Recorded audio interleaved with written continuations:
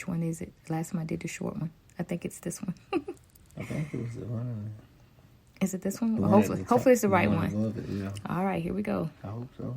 Fingers crossed. You're listening to Show Love with Alvin and Andra. Couple for couples.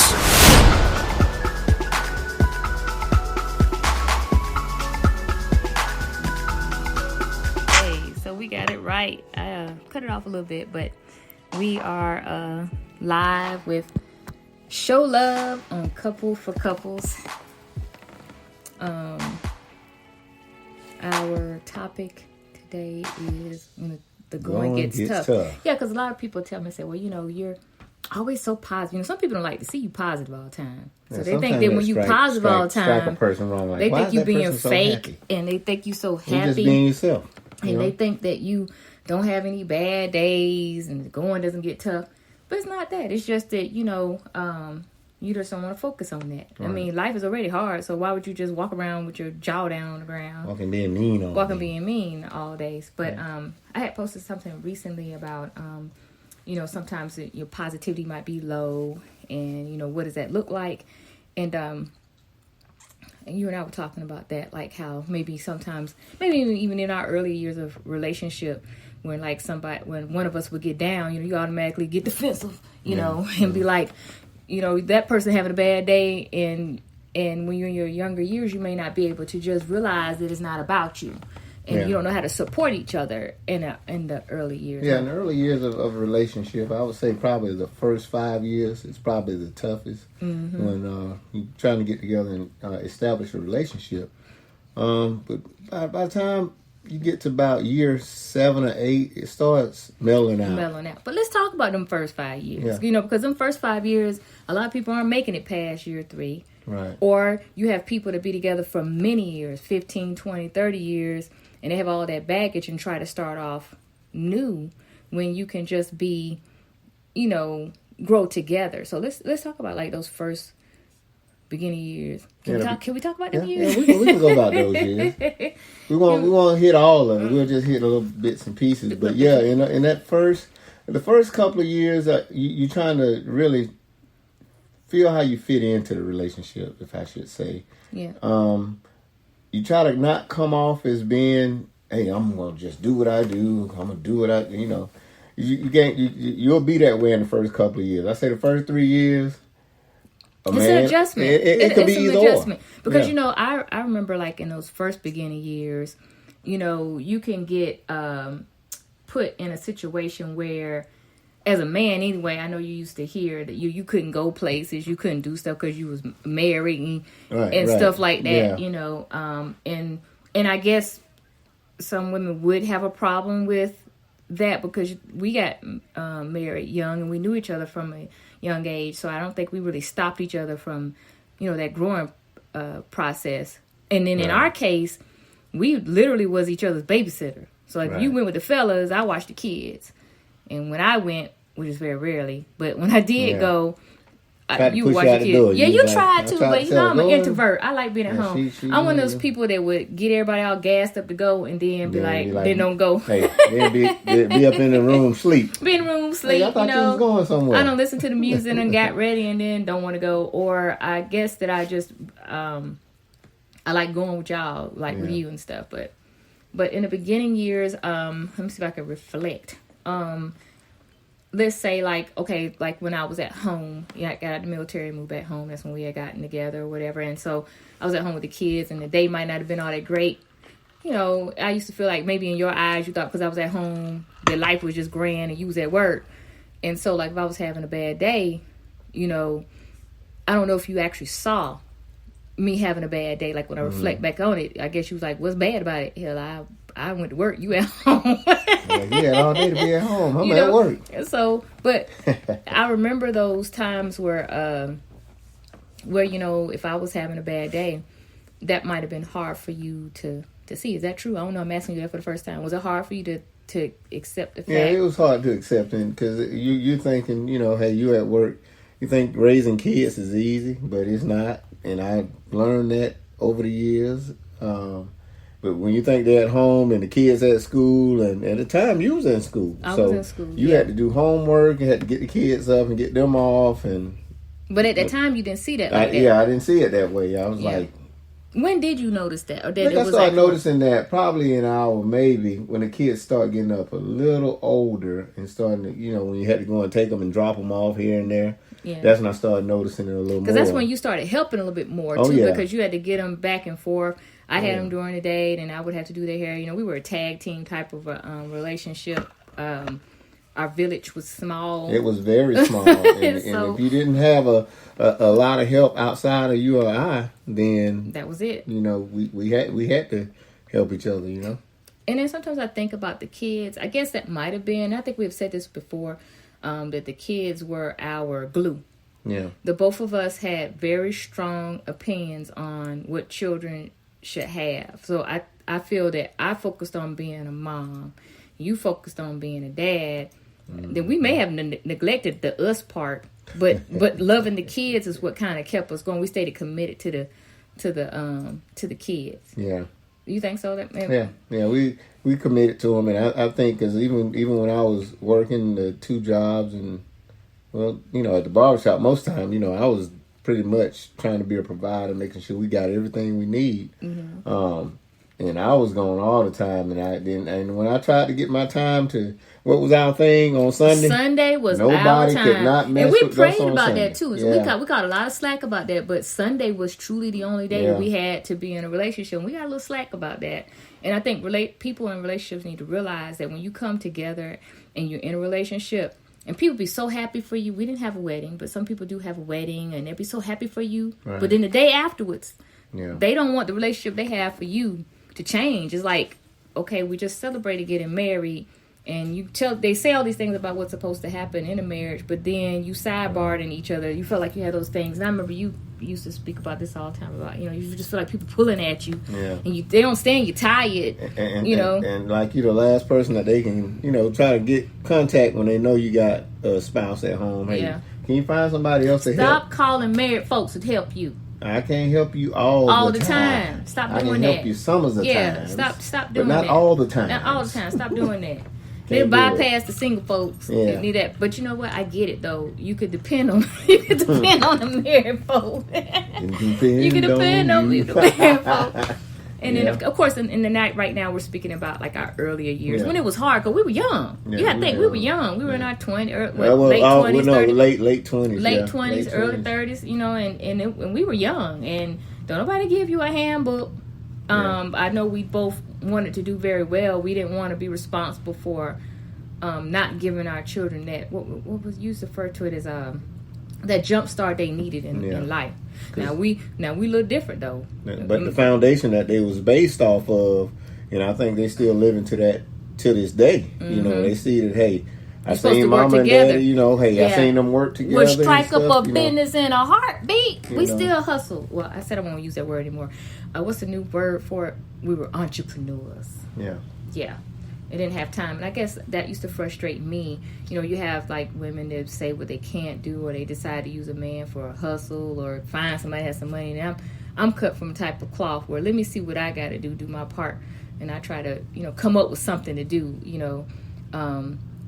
I said I won't use the word hustle, but that's what it felt like. When I needed something, I came up with a legal way, something business on the side, like quarterly. I need $5,000. What can I do? What talent I have? What skill? I don't care if it was cleaning. If it's something that I had to do. And when we did do that, we did the make readies. Yeah, we did it together. Make readies for we made money on the side for the apartment. So if you out there and you want to make a little money, one of our side hustles in the beginning was that we did make readies. Where people move out of the apartment, we would go clean the apartment. Then we would turn around when the new tenant came and go clean the same apartment we cleaned, because by law they have to clean it.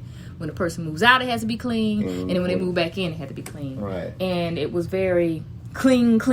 Yeah. It was very cleaning work. I guess what you had the kitchen, and I did the bathrooms, and then we got together and we had to clean the girls all helped too out. now. Yeah, the girls were there too. They was the crew. Stuff. Yeah, we was working like some little.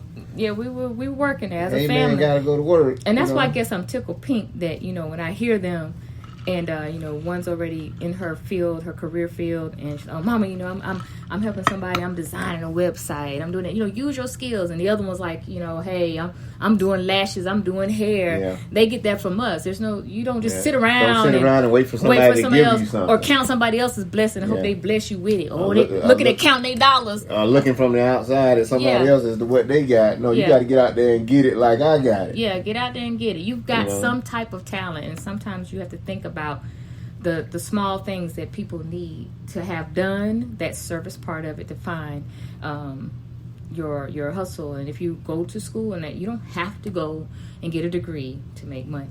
And a lazy person can't make no money. Oh no, they can't make no money. Now they can sit around and take yours. They can sit around with their hand out and want you for what you went out and worked hard for your fruits. Yeah, want to get some of your fruits, but you ain't went out there and put that in your basket. Yeah. So and we don't want to come across like we don't help people. Yeah, I think we've always enjoyed helping, being a blessing to others, and God usually lets you know. People don't let you know when you're supposed to help them. God lets you know when you're supposed to help them. And I remember one of our traditions that I love so much is when we sponsored families. Even when we didn't have, we always felt like there was a family that might have had less than us. We would sponsor a family generously. And I taught the girls, you never give somebody something that you don't want. Right? But stop thinking that you're just supposed to give all your old stuff to people. So we went and they would make a list. We would sponsor a family that had kids about the same age. Right. And they would make a list of the things that they wanted. And whatever it is that they wanted, instead of them getting it for Christmas, they would give it to this child. And then you and I would write a letter to the parents and let them know, hey, we see you work hard. Because some people that work hard don't qualify. They got that little number. If they say you got to have $20,000 a year to qualify, and you make $20,000 and $50, you don't qualify.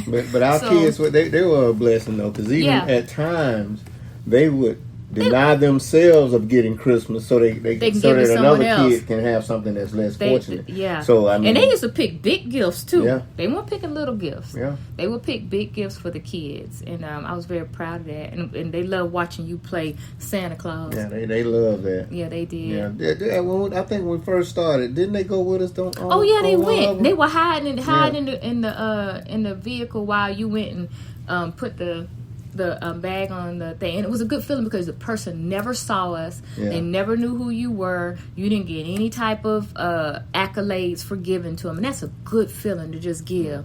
And I remember feeling one time, I don't know if it was the youngest or the oldest that wrote that heartfelt letter to the child that she sponsored, because each one of them wrote a letter. That was the oldest. I think that was the she oldest wrote a letter about how she really wanted this, blah blah, because the gift she got that she wanted that child to have, she didn't even have yet.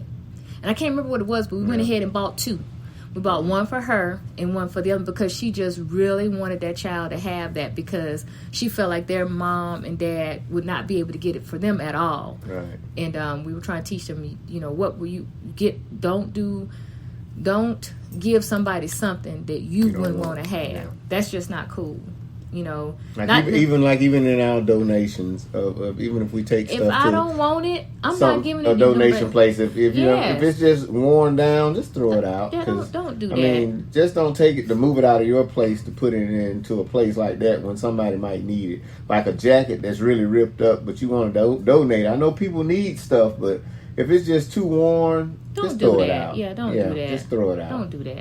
And I remember. Like when we would do donations and stuff, and they would look through the stuff and be like, "Oh no, they can't have that. Take that out of there," Because some people throw things out of their house and just give it away, and I don't believe in that. I think you're supposed to give people. You don't give somebody something that you wouldn't want.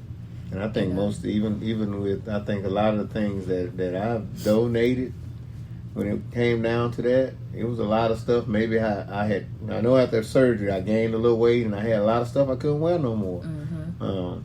I couldn't do nothing with it, so I just gave all of it away, and it was some nice stuff. It wasn't some ran down stuff. It's some stuff that you could put on, and you would have thought they bought it from the store. We also taught the girls, and even between us, we keep stuff for a long time. Take care of your stuff. Yeah. Don't be materialistic like that, where you just go through stuff. I treat my stuff nice. Yeah. Yeah, you can look at us. We have some sneakers for years, and they still look good, and you're like, man, how long you had those shoes, man? And jeans. The secret to jeans, preserving your jeans, is not to put them in the dryer. Right. I don't have a line outside because that's not cool anymore. It's probably not cool to be hanging them on the doors, but we hang them on the doors. Transparency. We hang them on the doors in the bathroom and stuff, and let them air dry, and that'll keep the color and the fabric on the jeans nice. Keep them from being fading. Yeah. Fading and stretching and being, tight, because they tighten up once you dry them now. Yeah, they do. Yeah. And so, like, I guess getting back to when things get going tough, that was the early years. Yeah. And then what about when do you think that we started realizing, hey, he needs some help, hey, she needs some help? How far into the relationship? I think it was probably around maybe I say that between the 8 and 10 year phase. So we got past the 7-year itch they talked about. So once you get past that, you'll start looking around, and me, I'm the type person, I know you are too. Once I see I can help out some kind of way, if I see stuff left out, and I'm still that person to this day. If you get too busy, hey, I'm gonna jump in there and I'm gonna do it like you doing it. Yeah. Like you just went and did it. So. And I will say, I remember when things did get tough, because sometimes when stuff gets tough for you, you can in your mind have a self-talk about your significant other where they just getting on your nerves. Look at her, look at him, he ain't doing this. Look at her, she not doing this. And we had talked about this before, like where you. At least for me, I would get up. And I don't know if women maybe do it more than men. I'm not sure. But for me, it worked where every morning God laid it on my heart just to be thankful and grateful. I'd be like, I would wake up and be like, ooh, Lord, thank you for my husband. And I would just, think a positive thought. Like we talk about positive thoughts, but you also have to have a positive thought about your relationship. Right. And because at the end of the day, and I know mamas love their kids, and I love everybody knows me. My children came first. I love my girls. I was a tough mom. I was a loving mom, a providing mom. But in the back of my mind, I knew that my days were going to be with my husband. You have to know how to balance that. Because sometimes you can put so much into your children where you will lose your relationship. And men do the same thing. Because men, I love y'all, but y'all get a little jealous of the children sometimes. I hear you, Lieutenant. Yeah, you be a little jealous of the children, because be like not all of them. I would say I didn't have that with you, but I do know that that there have been women. I hear them say hey, he mad at me because I went and bought the kids this. What did I get?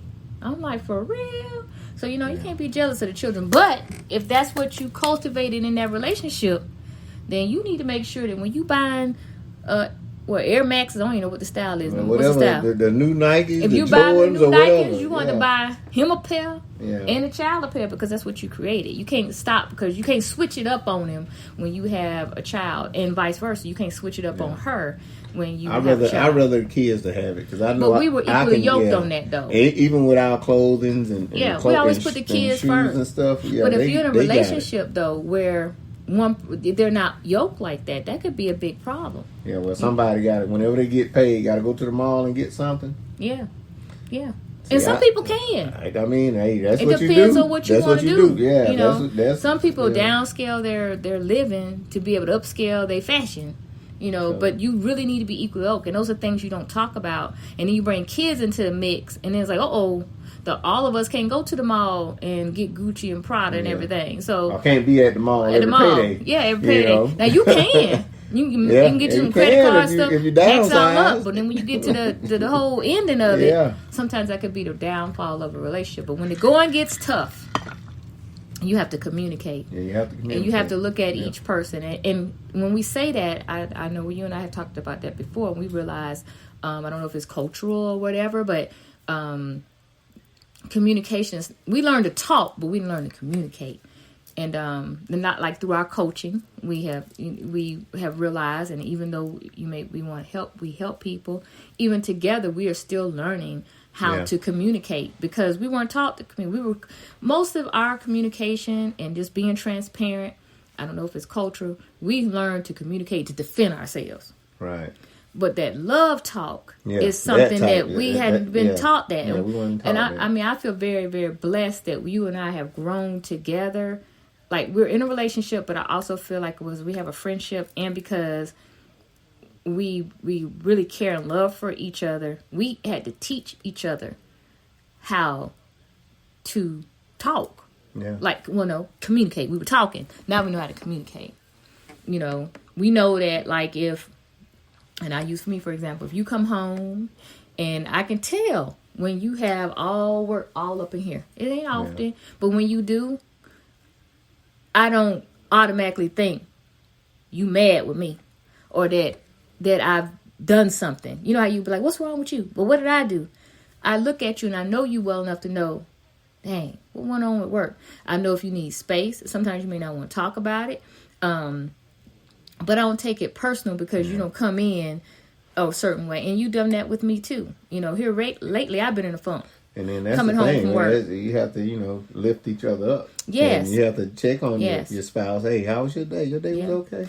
Well, you how know, was your day? Oh, mine was, it was all right. It I wasn't think bad, our but- biggest decision that made a turning point for us, and it's right before the kids left, is that we decided that all of that stops out there in the driveway. There was no more bringing work home. work home. And what I mean by that is that sometimes you don't voice your opinion on your job because you want to keep it. So you'll come home, male or female, and take your authority out you have at home out on the people that in your home, the wrong people in your house. So leave all that at the driveway. Leave it outside. Don't bring it inside. Make the home door. a safe zone. Exactly. So we turn home into happy hour. We turn home into dinner. We turn home into a positive space. That's the place where you can enjoy It's yourself. safe. It's safe. You can trust the people in your house. And then sometimes we do discuss, you know, what's going on, but not take out what's going on at each other. Right. Or your kids and things like that. So. And don't even take it out on your pets. You know, Yeah, don't take it out on your pets. Sometimes, you know, you've been had a bad day. You might come home want to kick the dog or the cat. Don't kick the dog. You're like, oh man. I don't even know if you should say that out loud. You can get in a lot of trouble. I'm sorry. But take that back. That was just an example. Yeah, don't say that now. Don't take it literally. You don't play about the dog now. You can kick the children, but don't kick the dog. You get in trouble for kicking the dog. Don't say that. So yeah. Yeah. So the going does get tough, but I still feel like it's a decision. And I've always said this, it's a decision to be happy. And you put in your mind and your thinking can determine what type of relationship that you have. Right. If that joke on your nerves every day and that's what you thinking, then that's what's going to happen. Yep. If you think you love that person good looking to you and fine, and you think about that all the time, then next thing you know, you be like, ooh, Lord, he's so fine. See, that's what I would do. In the morning, before I would even go to work, I would say, I'm going to have a good day today. Yeah. When I'm driving to work, I would say that to myself. I don't know what kind of day they going to have, but I'm having a good day. So I'm going to stop before I even get there and put myself in a good mood before I pull up. Yeah. Oh, you know what? I forgot. Before we go too deep, I'm supposed to mention, we got an honorable mention. Yeah. This is Hattie's All Natural Elderberry Products. And she has made some elderberry syrup. And that stuff is pretty good. It is good for you. I don't have my glass, so I'm going to try to read the ingredients. It's all natural ingredients. No bad taste whatsoever. It's at a website, Hattie's All Natural, I think .com might be the web address. If I got it wrong, just send me and tell them what it's for. It is. Elderberries is for your immunity. It makes you feel well. You just shake it up, and on here the instructions is that for adults you take 2 tablespoons per day. Children take 1 teaspoon. But I'm telling you, if you're not feeling good, like when I was in that little funk last year or last week, I took this and I started feeling really well. And then the other thing is, which I probably shouldn't mention them because I'm not gonna get any kickback or anything from them, but sea moss gel, and this particular company is I got the elderberry because we like elderberry for immunity, is Transformations. This sea moss gel is actually really, really, really good. Yeah, it's really and that's good for you too. And you know, right now you want to make sure you keep your immunity up, and you want to try to make sure that you are using natural stuff. Yeah. It looks like that one's probably go out. Hold on. Yeah, it looked like it may be. Is that one plugged up right? Oh. Put it in the other cord. Let me see. Yeah. Sorry, we're like you said, we don't have a script and we're just being impromptu. Oh no, I got it. Is it the plug acting It's out the there? plug acting up. Okay. All right. Okay. All right. So, but Sorry about that. Anyway, elderberries are good for immunity. This is elderberry syrup by hattie'sallnatural.com. I believe is what it is. Tastes really good, and it can really help you with your immunity. And then again, sea moss gel. This particular one it's an elderberry flavor. I'm trying this from Transformations that they ordered it. I ordered it off of offline, and they sent it to me at the house. But all natural, good for you. Just 2 things in our rotation that helps us to stay healthy. And if Alvin takes it, then it's good. He don't do stuff just for the health. It's got to taste good. Right, exactly. It's got to be good. But this right here, we need to try to see if we can put this on the page, the web address for Hattie's. Yes, I will so that put it on you can have the link on there, because guys, you really need that right now in these times. I'll put it on Facebook, and I will also put it on Instagram. And if you're on our podcast, it's Hattie's All Natural Elderberry Products, and she makes it on her own, and it's very, very good. It's really good. Yeah, good for you too. Good for you. So. Yeah, and so I think how are we doing on time? We're doing pretty good. We're almost there. We're almost there. But this is a big weekend kickoff. Oh yeah, you got to put football. College football. Yeah, I'm so proud weekend, of you. I told him, I said, look, Alvin, this podcast is not supposed to be all about football. But you did really good at waiting to the end. I did. Yeah, and that's what's going to take us out. And we got a bunch of big key matchups this weekend. We got Alabama playing Miami. We got my Auburn Tigers playing Akron, and Georgia is playing Clemson. And I'm an SEC person, so we got some good games on starting at, I want to say Alabama starts it, and Georgia plays at 7:30, and Auburn we play at 7, so it's going to be kind of tough to watch the 7 o'clock games. When is it tonight? Saturday. Okay. Saturday. Did you say that? Or did I miss it? I wasn't listening. Yeah, you might have missed it. I wasn't Saturday. listening. Yeah, they don't play. It'd be like that sometimes when we don't listen. Yeah. I'm doing better. We're going to get you there. Yeah. So Saturday. Yeah, so Saturday kicks off college football. So, it kicked off last week, but my team's playing this week. And then next week, the NFL starts up. So, it's just happy time for men. Yeah, and some women. Yeah, there's women that go hard. Yeah, women watch football. I'm going to tell you, though, y'all Auburn fans are serious. No matter where we travel, you hear War Eagle. I'm like, wow, these jokers don't play. And I don't hear, and I know that, forgive me, Daydream, I don't hear very many people roll tithing as much as I do War Eagling. Yeah, do you? There's a lot of us. There's a lot of us all over the place. Yeah. And then what shocked me is that they're playing Alabama State this year. Auburn. Really? In Auburn. That's going to be an interesting game. But those games, when they play, schools like that, they donate $1 million to their school for funding for their program. So. Oh, wow. Even now? Yeah. $1 million? It hadn't changed? Or? No, it hadn't changed. Wow. So just for them to play that school, and that's good for Alabama State because, they could use those funds for their program. So, but it's a big weekend. So we got a few things still going on. If you want a Couple for Couples cup, if you're on the podcast, you can't see it, but it's a nice white tumbler. It's a wine tumbler. Just reach out to us at showlove@coupleforcouples.com. And eventually we'll be on our website, www.coupleforcouples.com. And coming out soon, we're working on our greeting cards made for us by us. And what we mean by that, for couples by couples. Because some of us might get that wrong. But yeah, just a couple things that, based on some of the things you've heard us say on the podcast. We're very excited about that. Speaking of that, let's clear up the couple for couple things, because some people are thinking they think we swinging. They think, I was like, let's clear that up. Let's clear it up. Yeah, we're couple. We're a couple, and we are advocating for other couples. Other couples, exactly. We are not swinging. That ain't what we do. Well, that's not what we do. Okay. We are advocates for couples staying together, and being in a relationship, making it through. That's what we're about. Yes, I'm glad you said that because. I was putting in our site one day, and by accident, I just put in couple for couples. I was like, oh, wait a minute. Right. I think you did the same thing, right? Yeah. And I'm like, no. I want That's what made me think about it. I said, next time we go on, I'm going to make sure we can clear that up. Yeah, we're just a couple that is an advocate for other couples. Yeah. We're not a couple looking for other couples. Just letting you know, it's okay. If that's your thing. It's okay. Yeah, if that's your thing. Couples can have fun. They don't have to just be, hey, y'all married or that's all you do. I mean, you can have fun while you're a couple. I mean, yeah, being in a relationship is the new sexy. Yeah. And especially if you get into the age where you 40, 50, you had all your fun, you were single, but 40, 50 people, I'm seeing some really strange behavior, like the pickings must be few or something, some really strange behavior with people. People love to see us together when we like, y'all a cute couple. Blah, blah, well, they always think we're siblings. We heard that before. But and I heard it just this weekend. We were doing our couple little journey out day. Of town.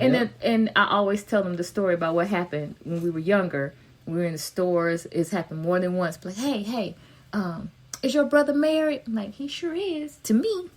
I'm like, gee, we don't look that much alike. To the point to where we did an ancestry test just to make sure we weren't cousins. Yeah, we had to do a test. I said, I hope you're my cousin. Yeah, and if you are, then we were like, okay, what number is safe to be cousins? Like, I think you have to be about, you have to be up there.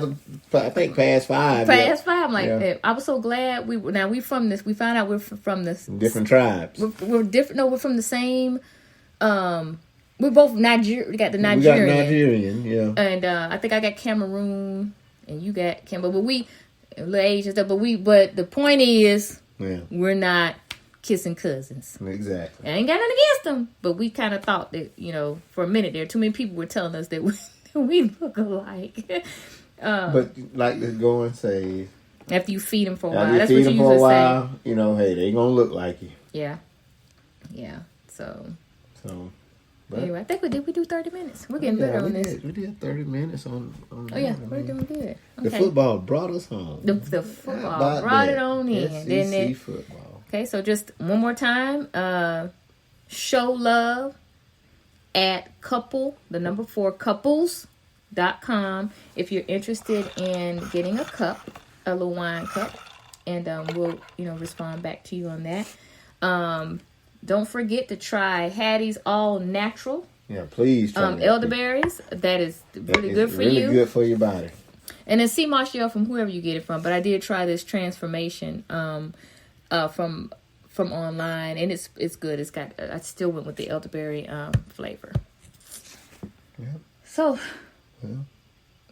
I guess that is it, right? Do we need to do an exit? I don't know which one is the exit on the podcast. It'll be the other one that you didn't push. but what if I put the wrong one, though? Well, it'll be okay. But I think it's the other one, though, that you didn't so I should do a hand clap on the way out. Just to be safe. Let's see. Okay, so I'm not going to do it because I didn't look and I don't have my glasses on. So I'm going to just do a hand clap. How about that? All right. So we're going to do a hand clap on the way out.